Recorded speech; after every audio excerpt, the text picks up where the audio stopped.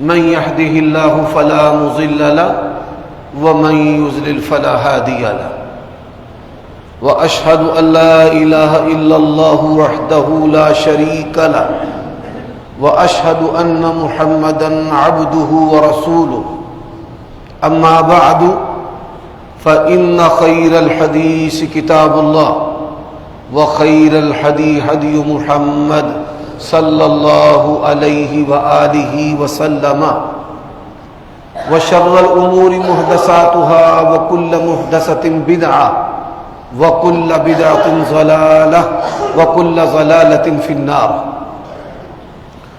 اللهم صل وسلم على نبينا محمد وبارك وسلم وصل عليه اعوذ بالله من الشيطان الرجيم ان الذين آمنوا وعملوا الصالحات كانت لهم جنات الفردوس نزلا خالدين فيها لا يبغون عنها حولا۔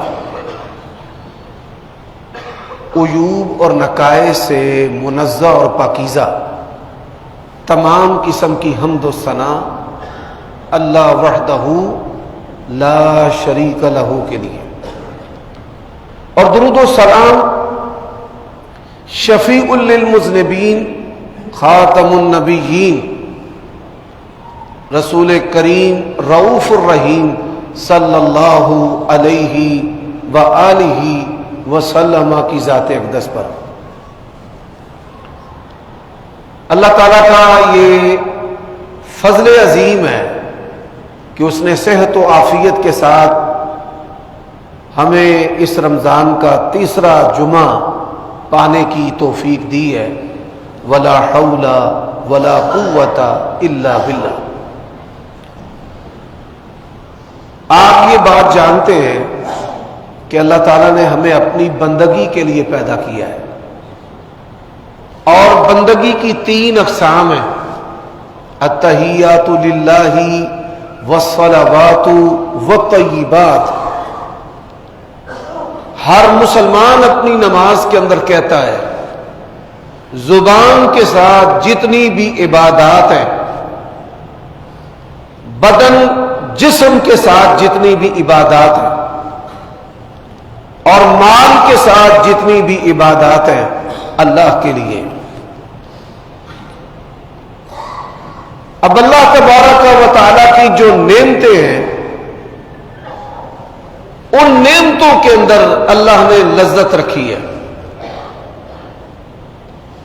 اس نعمت کا تعلق دیکھنے سے ہو یا کھانے پینے سے ہو، یا اس نعمت کا تعلق جو ہے وہ انسان کی شرمگاہ سے ہو۔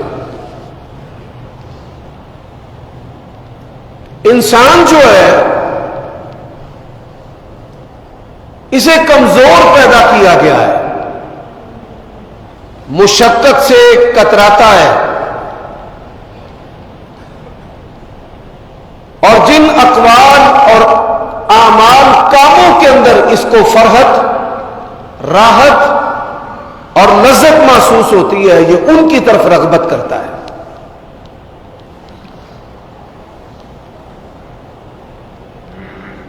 ہمارے اندر سب سے بڑی جو کمی ہے وہ عبادات کی حلاوت، مٹھاس اور لذت نہیں ہے۔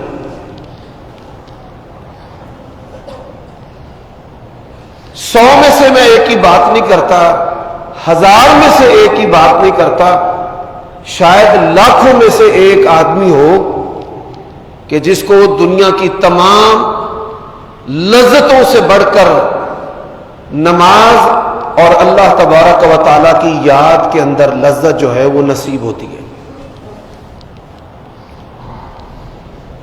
آپ صلی اللہ علیہ وآلہ وسلم سے پوچھا گیا اللہ تعالیٰ کو کون سی عبادت پسند ہے؟ فرمایا طول القنوت۔ اللہ تعالیٰ کو وہ عبادت، وہ نماز پسند ہے جس کے قیام لمبے لمبے ہوں۔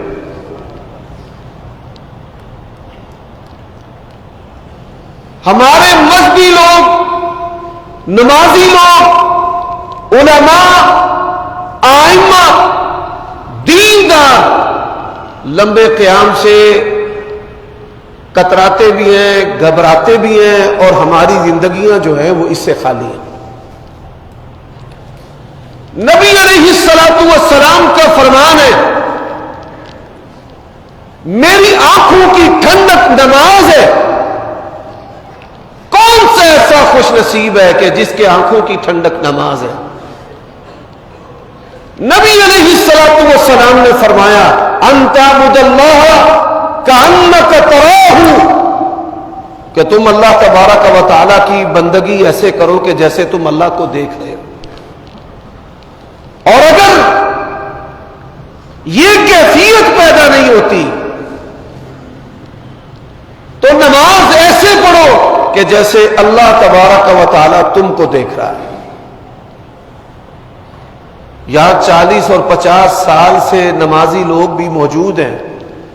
کیا آپ نے اپنی زندگی میں ایسی کوئی نماز پڑھی ہے کہ جس میں آپ کو آنکھوں کی ٹھنڈک نصیب ہو، آپ کا دل کرتا جائے کہ میں بس کھڑا رہوں، آج بیٹھوں نہ، آج میں رکوع نہ کروں؟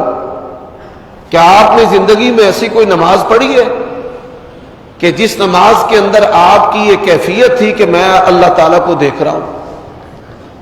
کیا آپ نے اپنی زندگی میں ایسی کوئی نماز پڑھی ہے کہ جس میں آپ کی کیفیت یہ ہو کہ میرا پروردگار، میرا خالق اور مالک جو ہے وہ مجھے دیکھ رہا ہے؟ حضرات،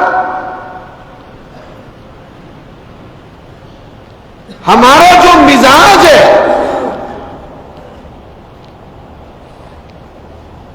آپ کو اکثریت نظر آئے گی کہ نوافل کے اندر کوتاہی کرتے ہوئے۔ جو لوگ اپنی نمازوں کے پہلے اور بعد والے نوافل نہیں پڑھتے، وہ کبھی بھی اپنی فرض نمازوں کی حفاظت نہیں کر سکتے۔ اور جو لوگ قرآن کی تلاوت اور ذکر و اذکار نہیں کرتے، وہ کبھی بھی اپنے نوافل کی حفاظت نہیں کر سکتے۔ صحابہ کرام رضوان اللہ علیہم اجمعین کی نوافل کے ساتھ رغبت دیکھیے کہ ان میں سے ایک بندہ بھی ایسا نہیں تھا جو نمازوں کے نوافل چھوڑنے والا ہو، جو تراویح چھوڑنے والا ہو۔ حضرت ابی بن کعب رضی اللہ تعالی عنہ نماز تراویح پڑھاتے تھے، اور جب آخری عشرہ آتا تو لوگوں کو نماز تراویح پڑھانا چھوڑ دیتے تھے، مسجد میں نہیں آتے تھے۔ آج ہم مسجد میں نہیں آتے تراویح نہ پڑھنے کی وجہ سے کہ مسجد میں ہم اگر جائیں گے تو ہمیں نماز تراویح پڑھنا پڑے گی۔ وہ مسجد میں کیوں نہیں آتے تھے؟ وہ اپنے گھر والوں کے ساتھ، اپنے اہل و عیال کے ساتھ ساری رات قیام کرتے تھے، ساری رات۔ حضرات، اب قصہ مختصر ہے، ہمارے اندر کوتاہیاں ہیں۔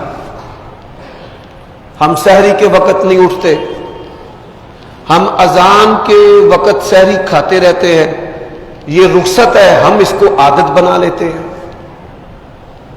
اور پھر ہم کھاتے رہتے ہیں کہ جب تک ہمیں دور سے بھی اذان کی آواز آتی رہے۔ پھر ہم روزے رکھ کر سو جاتے ہیں، نہ قرآن کی تلاوت کی پرواہ، نہ ذکر و اذکار کی پرواہ۔ اور میں نے مذہبی لوگوں کے اندر اس چیز کو دیکھا ہے، ظہر کی نماز نہیں پڑھیں گے جماعت کے ساتھ، عصر کے وقت مسجد میں آئیں گے اور بندے سمجھتے ہیں کہ حضرت جو ہے وہ نفل پڑھ رہے ہیں، ظہر کی نماز عصر کی نماز کے ساتھ پڑھتے ہیں، سوتے رہتے ہیں۔ کیا ہماری تخلیق کا مقصد جو ہے وہ سونا ہے؟ اور پھر جب ہم افطاری کرتے ہیں، بڑی معذرت کے ساتھ میں مثال دے کر بات کو سمجھانا چاہتا ہوں، ہم جانوروں کی طرح اتنا بے تحاشا کھاتے ہیں اور اپنے پیٹ کو اتنا بھر لیتے ہیں کہ کئی لوگ بیماریوں کا شکار ہونے کے ساتھ ساتھ پیٹ کے بوجھ کی وجہ سے مسجد کے اندر آنا بھی گوارا نہیں کرتے، چلا نہیں جاتا، نماز میں کھڑا نہیں ہوا جاتا، تراویح نہیں پڑھی جاتی، سانس جو ہے وہ پھول جاتا ہے۔ اور یہ جو میں نے کوتاہیاں بیان کی ہیں، ہم سب اس کا حصہ ہیں، میں بھی آپ بھی۔ فَلَا تُزَكُّوا أَنفُسَكُمْ بَلِ اللَّهُ يُزَكِّي مَن يَشَاءُ۔ حضرات، دو چیزیں آپ کے اندر اگر ہیں آپ خوش نصیب ہیں۔ پہلی چیز کہ جیسے بھی ٹوٹی پھوٹی آپ عبادات کرتے جائیں، مایوس نہ ہو۔ میں آپ کو جہنم کی وعید نہیں آج سنانے لگا، نبی علیہ الصلوۃ والسلام کا فرمان ہے، طوبی لمن وجد فی صحیفتہ استغفارا کثیرا۔ فرمایا اس بندے کے لیے جنت اور خوشخبری ہے کہ جس کے نامہ اعمال کے اندر استغفار، اللہ تبارک و تعالی سے جو معافی ہے، یہ کلمہ سب سے زیادہ پایا جائے۔ آپ سحری میں کوتاہی کا شکار ہیں، افطاری میں، تراویح میں، ذکر و اذکار میں، لیکن آپ اپنی زبان سے یہ تو کہہ سکتے ہیں استغفر اللہ واتوب الیہ، یا اللہ میں تجھ سے معافی کا طلبگار ہوں۔ حضرات، آج کے خطبہ جمعہ کے اندر اللہ کی توفیق سے آپ اس بات کو سن کر حیران ہوں گے کہ 99% جو ہمارے لوگ ہیں یہ معافی مانگنے کے عمل سے بھی جاہل ہے کہ معافی جو ہے وہ کیسے اللہ تعالیٰ سے مانگنی۔ یہ بات یاد رکھیں، حدیث قدسی ہے، زمین کے برابر بھی گناہ لے کر انسان اللہ کی بارگاہ میں حاضر ہو اور اللہ سے کہے کہ اللہ مجھے معاف کر دے، تو اللہ تبارک و تعالیٰ 10 گنا اپنی رحمت کے ساتھ اپنے بندے کا استقبال کرتا ہے۔ پھر انسان بار بار گناہ کرتا ہے، بار بار معافی مانگتا ہے، اللہ تعالیٰ اس کو معاف کرتا رہتا ہے۔ اور نبی علیہ الصلوۃ والسلام کا فرمان ہے، جب تک نرخرے کے اندر یہاں انسان کی موت کے وقت غرغرہ جو ہوتا ہے کہ روح جو ہے اس کی جب یہاں آتی ہے، اس سے پہلے اللہ تبارک و تعالیٰ نے اس کو توبہ اور استغفار کی مہلت دی ہے کہ وہ اللہ تعالیٰ کی بارگاہ میں توبہ استغفار کر سکتا ہے۔ لیکن میرے بھائیوں دوستو، توبہ کرنی کیسے ہے؟ بعض کلمات ایسے ہیں سمندر کی جھاگ کے برابر، پانی کے قطروں کے برابر، مٹی اور ریت کے ذرات کے برابر بھی انسان کے گناہ ہیں۔ ایک دفعہ اللہ کو کہہ دے تو اللہ تبارک و تعالی اس کلمے کے پڑھنے سے انسان کے سارے گناہ معاف کر دیتا ہے۔ استغفر اللہ العظیم الذی لا الہ الا هو الحی القیوم واتوب الیہ۔ اب اللہ تبارک و تعالی کے نام 99 نام ہیں۔ نبی علیہ الصلوۃ والسلام کا فرمان ہے، جو اللہ کے 99 ناموں کی تلاوت کرتا ہے، اللہ اس عمل کے بدلے بھی اس کو جنت عطا کرتا ہے۔ اللہ تعالیٰ کے نام پڑھنا۔ اب اللہ تعالیٰ کے کچھ نام ایسے ہیں کہ جو آپس میں ملتے ہیں، وہ رازق بھی ہے، رزاق بھی ہے، لیکن بعض اللہ کے نام اللہ کو اتنے پسند ہیں کہ ایک لفظ کے ساتھ اللہ نے تین اپنے وصف اور اپنے نام بیان کیے۔ اللہ تبارک و تعالیٰ کے وہ نام کون سے ہیں؟ اللہ کا نام ہے غافر الذنب۔ غافر، اس کا معنی کیا ہے؟ اس کا مطلب ہے گناہوں کو معاف کرنے والا۔ اور اس کائنات میں اللہ کے سوا اگر آپ نے کسی کی الوہیت کو اور اس کی ربوبیت کو اور اس کی برتری کو دیکھنا ہو تو آپ یہ دیکھیں کہ کیا وہ گناہ معاف کرنے پر قادر ہے؟ گناہ جو ہے وہ صرف اللہ تعالیٰ معاف کر سکتا ہے، اللہ کے سوا کوئی معاف نہیں کر سکتا۔ نبیوں نے بھی معافی مانگی اپنی امتوں کو سکھانے کے لیے، تو کس سے مانگی ہے؟ اللہ تعالیٰ سے۔ اللہ معاف کر سکتا ہے، نہ کوئی قبر والا، نہ کوئی ولی اور نہ کوئی نبی کہ جا میں نے تیرے سارے گناہ معاف کر دیے۔ اب ہمیں گناہوں کی معافی جو ہے وہ مانگنی بھی نہیں آتی، بڑی معذرت کے ساتھ۔ باشعور لوگ میرے سامنے بیٹھے ہیں، اللہ نے گناہوں کی جو معافی ہے قرآن مجید کے اندر بیان کی ہے کہ کیسے مانگنی ہے۔ ربنا فاغفر لنا ذنوبنا وکفر عنا سیئاتنا وتوفنا مع الابرار۔ کوئی بھی گناہ ہے، گناہوں کی قسمیں ہیں، صغیرہ گناہ ہے اور کبیرہ گناہ ہے۔ صغیرہ گناہ ہے کہ آپ کسی مسلمان کو مسکراتے چہرے کے ساتھ نہ ملیں، یہ نبی علیہ الصلوۃ والسلام کی سنت ہے، یہ صغیرہ گناہ ہے۔ آپ کے منہ سے بو آتی اور کسی مسلمان کو تکلیف پہنچتی ہے، یہ بھی گناہ ہے۔ آپ میلے کچیلے رہتے ہیں، یہ بھی گناہ ہے۔ آپ اللہ کی نعمتوں کے آثار اپنے بدن پر نہیں دکھاتے، یہ بھی گناہ ہے۔ یہ ایسے گناہ ہیں کہ جو وضو کے ساتھ معاف ہو سکتے ہیں۔ آپ کپڑے پہنتے، جوتا پہنتے، گھر سے باہر نکلتے، مسجد میں داخل ہوتے، دائیں اور بائیں کا خیال نہیں کرتے، یہ بھی گناہ ہے، صغیرہ گناہ ہے۔ اللہ تعالیٰ یہ گناہ آپ کے وضو سے معاف کر سکتا ہے۔ آپ جب وضو کریں گے، نبی علیہ الصلوۃ والسلام نے فرمایا انسان کلی کرتا ہے، اللہ منہ کے گناہ معاف کر دیتا ہے۔ اپنے ہاتھ اور بازو دھوتا ہے، اللہ ہاتھوں کے گناہ معاف کر دیتا ہے۔ آپ گناہ کی طرف چل کر گئے، فحاشی اور بے حیائی کے لیے انسان کیوں نہ چل کر گیا ہو، لیکن اس نے گناہ نہیں کیا، وضو کرتا ہے، اللہ تعالیٰ اس وضو کے ساتھ اس کے یہ گناہ بھی معاف کر دیتا ہے۔ اب کچھ گناہ ہیں جو بڑے ہیں، نشہ و اشیاء کا استعمال کرنا، فواحش کا ارتکاب کرنا، اور کچھ گناہ بڑوں سے بھی بڑے ہیں۔ الا اخبرکم باکبر الکبائر، کیا میں بڑے بڑے گناہوں کے بارے میں تمہیں نہ بتاؤں؟ شرک ہے، وَأَنَّهُ مَن يُشْرِكْ بِاللَّهِ فَقَدْ حَرَّمَ اللَّهُ عَلَيْهِ الْجَنَّةَ۔ او میرے بھائیوں، زکوٰۃ دینے والوں، صدقہ و خیرات کرنے والوں، ہسپتالوں، ڈسپینسریوں کو چلانے والوں، یہ بھی فکر کرنا کہ تمہارے مال کے ساتھ اللہ تعالیٰ کی توحید کو کتنا فائدہ ہوا ہے۔ دنیا کے اندر آج سب سے کم محنت جو ہے وہ اللہ کی توحید اور معرفت پر ہو رہی ہے۔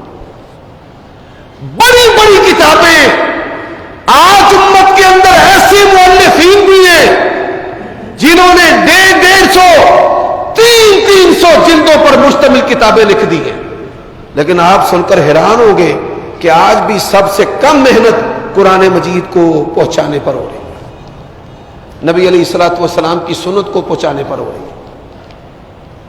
ہمارے گھروں کے اندر بھی قرآن مجید ٹھپ ہو گئے، ہماری مسجدوں کے اندر بھی ٹھپ ہو گئے۔ کئی مساجد سے ناظرہ قرآن کی کلاسیں ختم ہو گئیں، اور آج سے 15 سے 20 سال پہلے چلے مساجد کے اندر جا بجا آپ کو ترجمۃ القرآن کی کلاسیں ہوتی نظر آتی تھی، آج وہ بھی ختم ہو گئی۔ بے برکتی دیکھیں کہ بے برکتی صرف ہمارے گھروں میں نہیں، ہماری مسجدوں میں بھی برکت نہیں۔ مسجدوں کے اندر، عبادت گاہوں کے اندر بھی برکت نظر نہیں آتی۔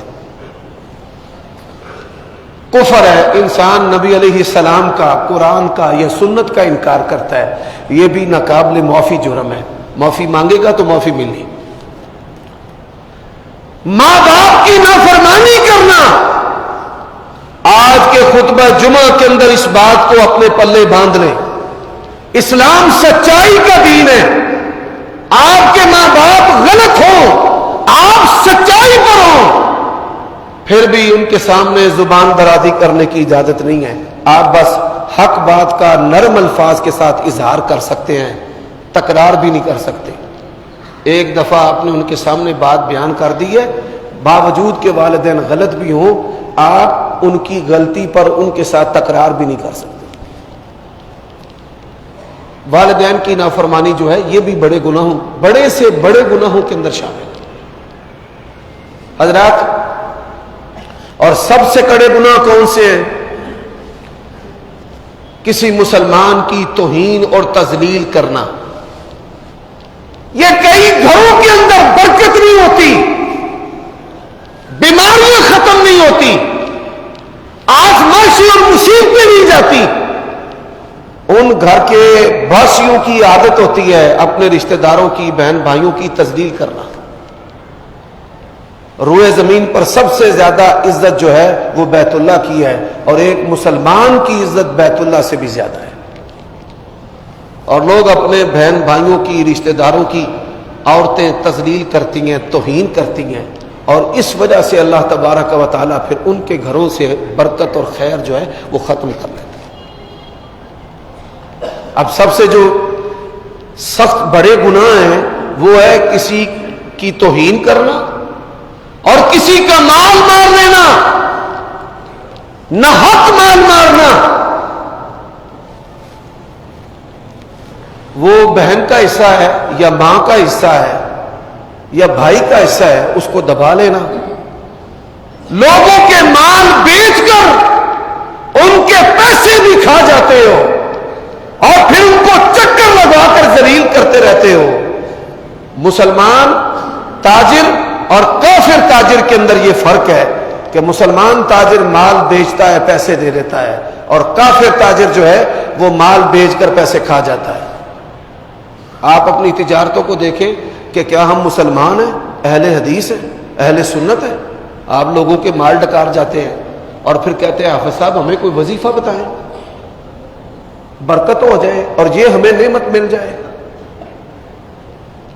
میرے بھائیوں دوستوں، یہ کوتاہیاں ہمارے اندر ہیں. ہم مولوی لوگ بھی کم نہیں کرتے. اللہ نے فرمایا ان کثیرا من الاحبار والرهبان لیاکلون اموال الناس بالباطل. یہ مولوی اور درویش لوگ جو ہیں لوگوں کا مال نہ حق طریقے سے کھاتے ہیں. وہ کسی کا بھائی مستحق ہے، باتیں کر کر کے اس کی مت مار دیں گے اور زکوٰۃ لے کر خود نکل جائیں گے. حالانکہ اللہ تعالیٰ نے ہمارے بہن بھائیوں کا، ہمارے ددیال ننیال کا، ہمارے رشتہ داروں کا، ہمارے ہمسایوں کا اس میں حق رکھا ہے. تو مولوی سمیت مذہبی جماعتاں ساریاں لوگوں دے مالاں دے اوتے ڈکیتی ماری لگی ہوئی ہے. لوگ اپنے مالوں کی زکوٰۃ نہیں دیتے. اچھا کس طرح نہیں دیتے؟ ایک آدمی وہ کہتا جی میرے کاروبار کے اندر 20 لاکھ روپے ہے اور 20 لاکھ ہی میں نے قرضہ دینا ہے، تو مجھ پر زکوٰۃ تو نہیں نا. اچھا بھائی تو 20 لاکھ قرضہ دے، قرضہ بھی نہیں دیتا اور زکوٰۃ بھی نہیں دیتا. اللہ کی قسم یہ زکوٰۃ اسلام کی ایسی سچائی ہے، آج کے دور میں اگر مسلمان زکوٰۃ دینا شروع کر دے کوئی بندہ بھی ہمارے اندر غریب نہیں رہے گا. اور جو دیتے ہیں وہ بھی لوگوں کو ذلیل کر کے اے زکوٰۃ ہے جی لے لو. کس نے کہا ہے کہ بتا کر زکوٰۃ دینی ہے؟ کس نے آپ کو یہ کہا ہے؟ چھپا کر دینی ہے، اس سے دینی ہے دائیں ہاتھ سے، بائیں کو بھی پتہ نہ چلے. آپ اس کو مستحق اور ضرورت مند سمجھتے ہیں نا. اور لوگ پھر بڑے عجیب و غریب سوال کرتے ہیں 5 مرلے دا مکان تے ہے 1 کروڑ روپے دا، زکوٰۃ ان لگ جائے گی؟ کاروبار دا کوئی نہیں بھائی. اسلام چاہتا ہے کہ مکان بیچے روڈ پہ آ جائے پھر اس کو زکوٰۃ دینی ہے. کپڑوں پہ بھی لگتی ہے، بچیوں کی شادیوں پہ بھی لگتی ہے. یہ معاشرے کا حسن ہے کہ جس کو ہم نے عیب بنا دیا. اور پھر میں حیران ہوں ایسے لوگوں پر. آپ کسی ہسپتال ڈسپینسری میں بدن کی ضرورت کے لیے زکوٰۃ کی بات کریں نا تو لوگ کہتے ہیں جی کیا کہنے ہیں. اور اگر یہی زکوٰۃ آپ ایمان بچانے کے لیے توحید اور سنت کے لیے کسی سے بات کر لیں تو لوگ اس کو عیب بناتے ہیں. وہ جی مذہبی لوگ یہ مدرسے آنا جی دتا کی. میرے بھائیوں دوستوں، اب یہ میں نے ایک جائزہ آپ کے سامنے پیش کیا ہے.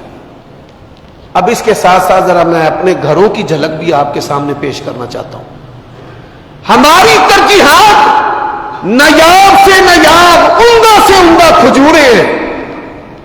کئی لوگ کھانے پینے کے اتنے شوقین اور ٹھرکی ہوتے ہیں کہ وہ چسکے والی جگہ ڈھونڈ کر نکال لیتے ہیں جی فلاں چیز فلاں جگہ سے ملتی ہے.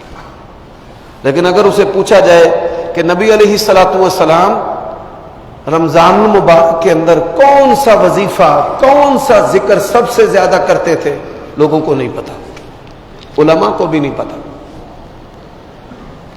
بھائی ہے بھائی سے ناراض ہے، بیوی سے ناراض ہے، اولادی ہیں ماں باپ سے ناراض ہے، ہمسایہ ہمسائے سے ناراض ہے.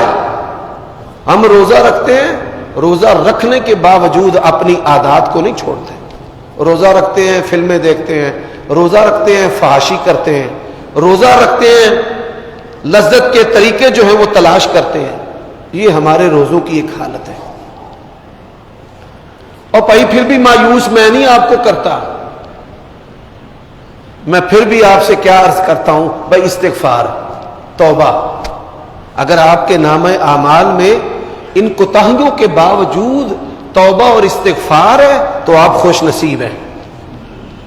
اور پھر توبہ کیسے کرنی ہے؟ کوئی بھی گناہ ہے، کوئی بھی گناہ چھوٹا ہے یا بڑا ہے، بیٹا جی بیٹھ جاؤ، چھوٹا ہے یا بڑا ہے، اس کے بد اثرات ہوتے ہیں، اس کے برے اثرات ہوتے ہیں. اللہ تعالیٰ گناہ کی وجہ سے بیماری لگا دیتا ہے، اللہ گناہ کی وجہ سے عافیت کو ختم کر دیتا ہے. آپ کو پتہ ہے کہ عافیت کیا ہے؟ عافیت، نبی علیہ الصلوۃ والسلام اللہ تعالیٰ سے عافیت مانگتے تھے.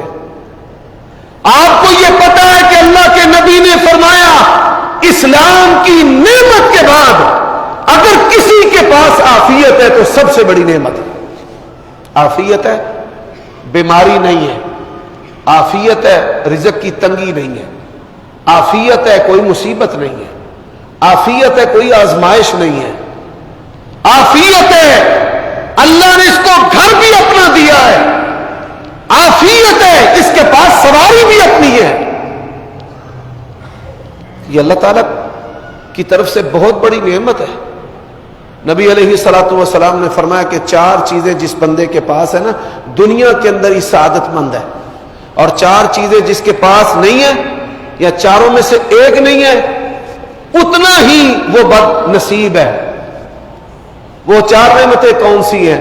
نبی علیہ الصلوۃ والسلام کا فرمان ہے بیوی نیک ہو، اسر یسر میں تنگی میں اس کا ساتھ دینے والی. اللہ کے نبی نے فرمایا گھر بڑا گھرو، مہمان بھی آئیں گے رشتہ دار بھی آئیں گے اور پھر بچوں اور بچیوں کے رشتے بھی ہوں گے. فرمایا اس کے پاس سواری اچھی ہے، اچھی سواری ہے، تو فرمایا یہ بھی دنیا کے اندر اللہ تعالیٰ کی نعمت ہے. اس کا جو ہمسایہ ہے بہت اچھا ہے. بعض ہمسائے وہ اتنے خبیث ہوتے ہیں کہ وہ ہماری عورتوں پر بھی نگاہ رکھتے ہیں، ہمارے بچوں پر بھی نگاہ رکھتے ہیں. تو فرمایا اچھا جو ہمسایہ ہے نا یہ بھی اللہ تعالیٰ کی نعمت ہے. آپ دیکھیں یہ 4 نعمتیں ایسی ہیں، ان میں سے ایک بھی اگر آپ کے پاس نہیں ہے اور اگر ہے تو بری ہے تو آپ دیکھیں آپ کی زندگی جو ہے وہ کتنی کٹھن اور کتنی مشکل اور کتنی جو ہے وہ مصائب اور آلام تکلیفوں والی ہے. تو اللہ کے بندو ایک کام جو چھوٹا سا ہے وہ بھی ٹھیک طریقے سے تم نہ کرو. وہ کام چھوٹا سا کیا ہے؟ اللہ سے معافی مانگنا. مانگنی کیسے ہے؟ یا اللہ ہمارے گناہ معاف کر دے، صرف اتنا نہیں کہنا. وَكَفِّرْ عَنَّا سَيِّئَاتِنَا، گناہوں کے جو بد اثرات ہیں وہ بھی ختم کر دیں۔ ایک آدمی جو ہے وہ شراب بیچتا ہے، خریدتا ہے، نکالتا ہے، کسی کو یہ طریقہ سکھا دیتا ہے، خود توبہ کر لیتا ہے اور اس کا گناہ جو ہے وہ چل رہا ہے۔ اللہ کے نبی علیہ الصلوۃ والسلام نے فرمایا جو نیکی کرے گا اس کو دیکھ کر جو بندہ بھی نیکی کرے گا اس کا اجر بھی نیکی کرنے والے میں جس نے پہل کی ہے اس کو ملے گا، اور جو گناہ کرے گا اور گناہ جو اس کو دیکھ کر گناہ کرے گا اور پھر جو اس کو دیکھ کر گناہ کرے گا، فرمایا آدم کے بیٹے قابیل نے اپنے بھائی کو قتل کیا، قیامت کی صبح تک جتنے بھی قتل ہوں گے اس کی گردن پر پڑے گا۔ اب انسان گناہ کرتا ہے، یہ آپ سوشل میڈیا استعمال کرتے ہیں نا، یہ آپ شکلوں والے، یہ بتوں والے جو لائکس اور ان بٹنوں پہ کلک کرتے ہیں، آپ نے مر جانا ہے اور یہ چیزیں آپ کے لیے گناہ کے اثرات کے طور پر باقی رہیں گی۔ آج کے دور میں سب سے بڑا خوش نصیب وہ ہے کہ وہ مر جائے اور اس کے گناہوں کی کتاب بھی بند ہو جائے۔ ہم میں سے کوئی بندہ بھی ایسا نہیں ہے کہ وہ مرے اور اس کے گناہوں کی کتاب جو ہے وہ بند ہو جائے، ایسا نہیں ہوتا۔ سب سے بڑا خوش نصیب ہے کہ مرے اور گناہوں کی کتاب بند ہو جائے۔ تو معافی کیسے مانگنی ہے؟ اے اللہ میرے گناہ بھی معاف کر، اور اے پروردگار جو گناہوں کے اثرات ہیں وہ بھی ختم کر۔ اب اللہ تبارک و تعالی اس کا پہلا نام ہے غافر الذنب، گناہ کو معاف کرنے والا، اور اس کا دوسرا نام ہے غفور، نبی عبادی انی انا الغفور الرحیم، اے میرے پیارے نبی میرے بندوں کو خبر دے دے میں بالکل گناہوں کو ختم کر دینے والا، کوئی گناہ باقی نہیں رہے گا۔ غفور کا معنی ہے کوئی گناہ، کوئی چھوٹا کوئی بڑا چھوڑتا ہی نہیں۔ اور اللہ تعالیٰ کا تیسرا نام کیا ہے؟ غفار، غافر، غفور، غفار، اور اللہ کو اس کے ناموں کا وسیلہ دینا۔ سب سے زیادہ اللہ تعالیٰ کو جو چیز پسند ہے کہ کوئی بندہ مجھے پکارے اور میرے ناموں کا وسیلہ دے کر مجھ سے مانگے کہ اللہ تو رزاق ہے رزق دے، اللہ تو عزیز ہے غلبہ عطا کر، اللہ تو معز ہے عزت عطا کر۔ اسی طرح یا اللہ تو غافر ہے گناہوں کو معاف کرنے والا ہے، تو گناہوں کو معاف کر دے۔ اللہ تو غفور ہے تو بالکل معاف کر دے، اور اے اللہ تو غفار ہے۔ میرے بھائیوں صرف یہی نہیں، اللہ نے اپنا تعارف کرواتے ہوئے کہا ہے قابل التوب، میں توبہ کو قبول کرنے والا ہوں۔ پھر اللہ تبارک و تعالیٰ نے اپنا تعارف کرواتے ہوئے کہا ہے انا التواب الرحیم۔ تواب کا کیا معنی ہے؟ تواب کا معنی کیا ہے؟ ہماری زندگیاں، میں نے گزشتہ خطبہ جمعہ میں آپ کے دل پر ایک دستک دی تھی کہ ہم نے عذاب قبر سے بھی بچنا ہے، عذاب جہنم سے بھی بچنا ہے، ہم نے جنت میں بھی جانا ہے۔ تو عذاب قبر سے بچنے والا کوئی عمل آپ کو یاد ہے؟ ایک لمحہ کے لیے سوچیں، اگر تو یاد ہے پھر تو ہم عقل مند مومن ہیں اور ہمیں مرنے کی فکر ہے، مرنے کے بعد کی جو مستقل زندگی ہے اس کی بھی فکر ہے۔ اسی طرح آپ سوچیں کہ اللہ تبارک و تعالی جب غافر ہے، غفور ہے، غفار ہے، تو تواب کیا ہے؟ کیا معنی ہے تواب کا؟ اور کئی لوگ جو قرآن مجید کا ترجمہ پڑھتے ہیں وہ اس کا معنی کرتے ہیں لوٹنے والا۔ میں اس کی مثال دیتا ہوں۔ دنیا کے اندر آپ کسی کے ساتھ شراکت داری کرتے ہیں، اس کے پاس ملازمت کرتے ہیں، آپ کو بڑی اچھی زندگی ملی ہے، بڑے پیسے آپ کماتے ہیں، بڑی تنخواہ آپ لیتے ہیں، آپ کو کمپنی نے گھر بھی دیا ہے، کار بھی دی ہے، اور پھر اچانک آپ کو آپ کی ملازمت سے نکال دیا جائے، گھر چھین لیا جائے، گاڑی بھی آپ سے لے لی جائے، تنخواہ بھی آپ کی بند ہو جائے، اور آپ کے یار مددگار ادھر ادھر دیکھیں، نیند نہ آئے، کوئی بات سجائی نہ دے۔ یہ بات یاد رکھے، انسان جب پریشان ہوتا ہے تو اس کی عادت ہے، اس کو چیزیں سجائی نہیں دیتی۔ تبھی اسلام نے مشورہ رکھا ہے کہ پریشانی آ گئی ہے تو پھر کسی سے مشورہ کر، مشورے کی وجہ سے اللہ تعالیٰ بہتر چیز کی طرف انسان کی رہنمائی کر دیتا ہے۔ حضرات اب یہ جو چیزیں ہیں وہ چھین لی گئی ہیں۔ حضرات اسی طرح ہم گناہ کرتے ہیں، اللہ رزق تنگ کر دیتا ہے، ہم گناہ کرتے ہیں، اللہ عافیت چھین لیتا ہے، ہم گناہ کرتے ہیں، اللہ مصیبت ڈال دیتا ہے، ہم گناہ کرتے ہیں، بیماریاں ہمیں آ کر پکڑ لیتی ہیں۔ تو پھر تواب کا معنی کیا ہے؟ یا اللہ میں مجھ سے گناہ ہو گیا، مجھے معافی دے دے، معافی مل سکتی ہے مجھے؟ اچھا جی معافی مل گئی۔ پھر دوسرا کام ہے، یا اللہ اس گناہ کے جو اثرات ہیں وہ بھی میری زندگی سے ختم ہو سکتے ہیں، وَكَفِّرْ عَنَّا سَيِّئَاتِنَا، جی ہو گئے۔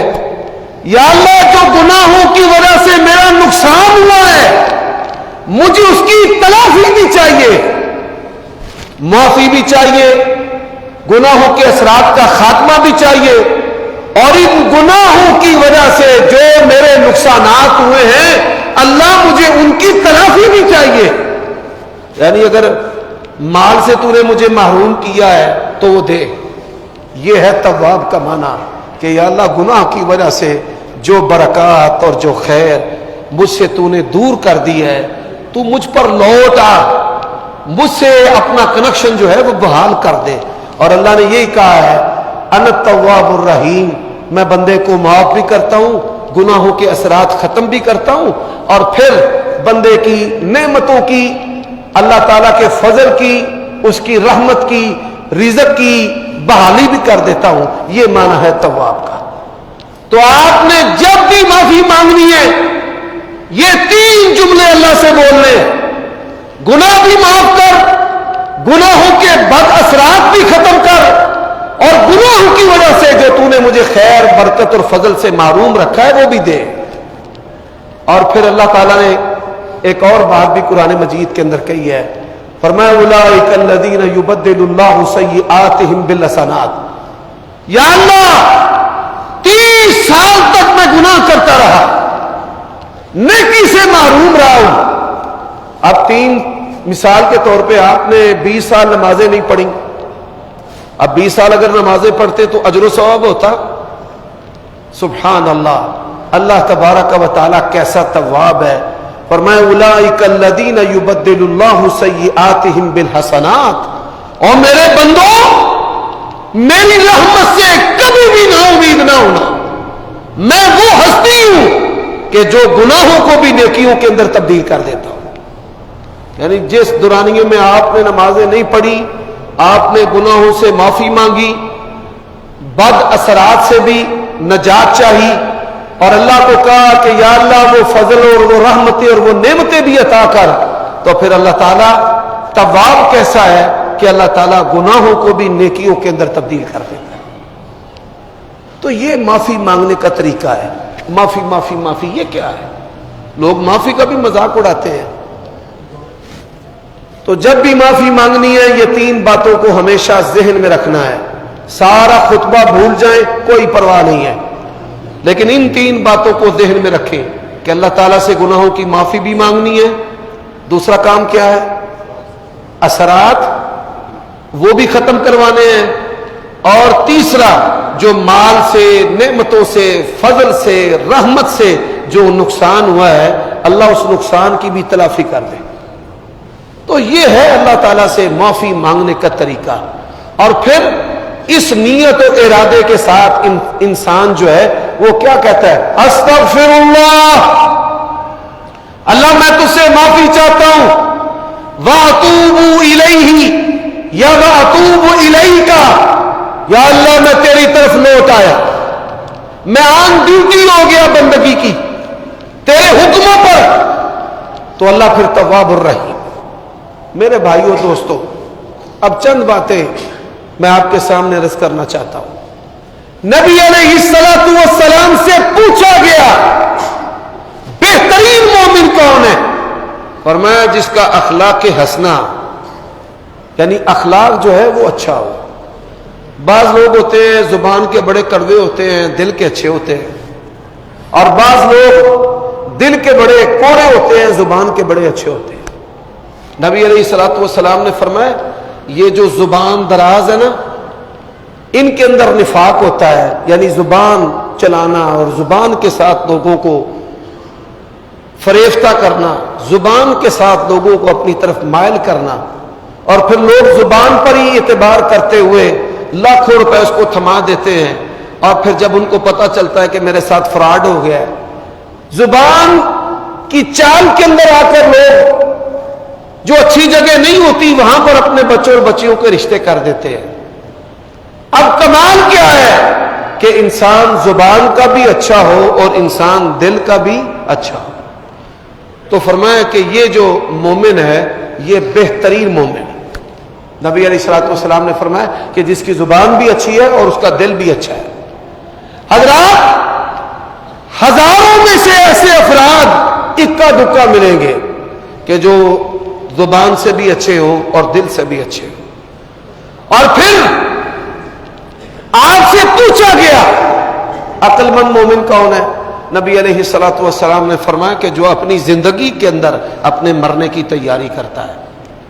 اچھا دیکھیے، ہم یہاں پہ جتنے بھی بیٹھے ہیں، کیا ہم نے اپنا وجود اللہ سے مانگا ہے؟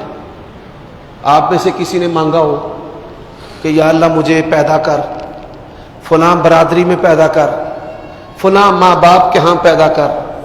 کسی نے مانگا اللہ سے؟ نہیں۔ ہم میں سے کسی نے بھی اپنا وجود اللہ سے نہیں مانگا۔ پھر کیا وجہ ہے کہ ہم موت سے اتنا کیوں ڈرتے ہیں؟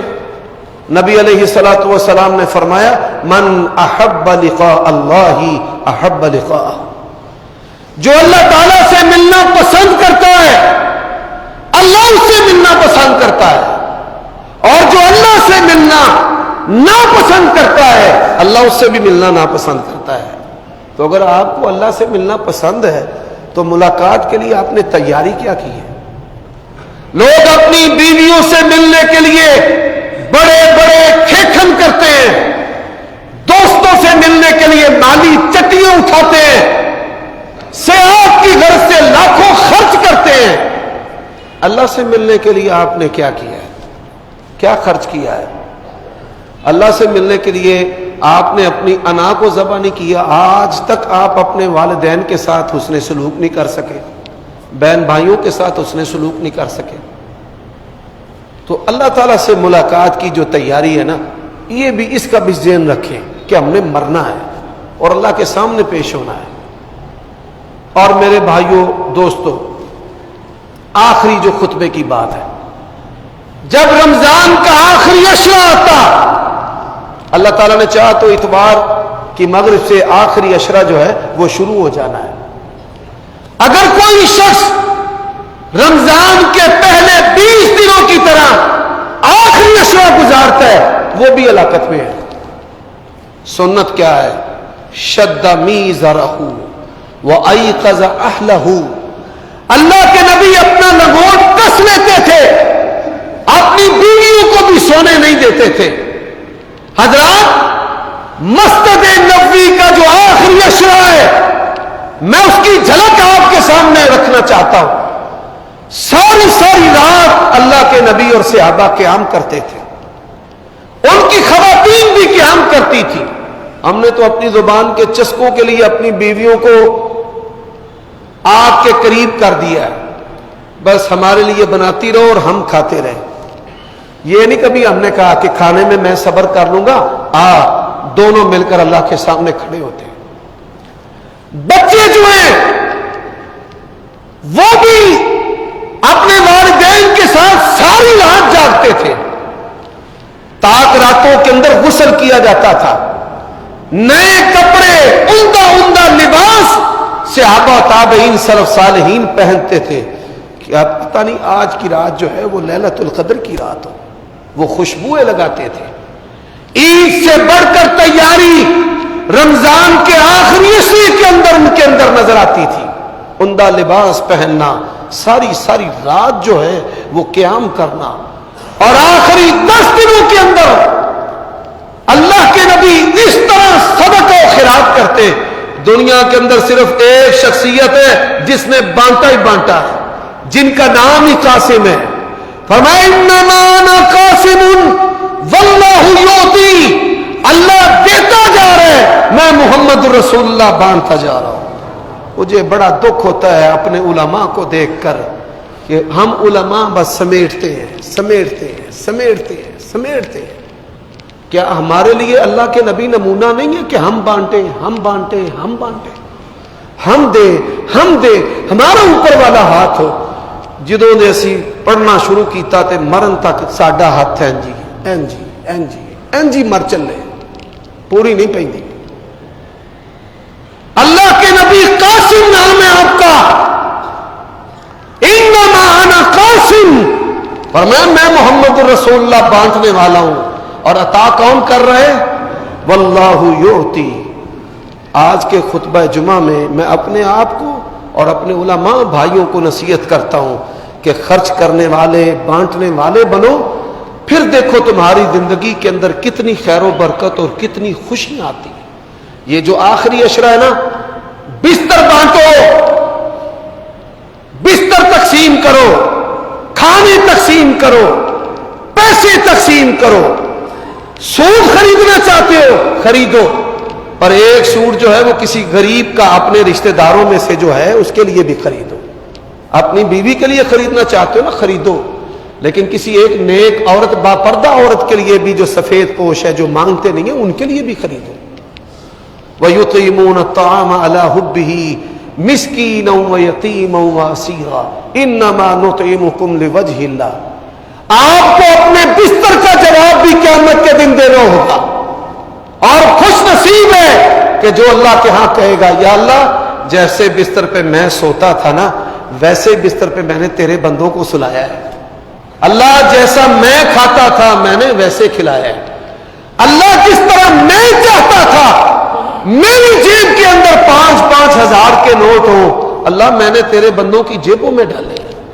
یا اللہ جس طرح کا لباس میں اپنی اولاد اور بیوی کے لیے پسند کرتا تھا، اللہ تجھے پتا ہے کہ میں نے تیرے بندوں کو اور تیری بندیوں کو وہ لباس پہنایا ہے۔ تو اللہ سے دعا ہے اللہ ہمیں عمل کی توفیق عطا فرمائے۔ وآخر دعوانا ان الحمد للہ۔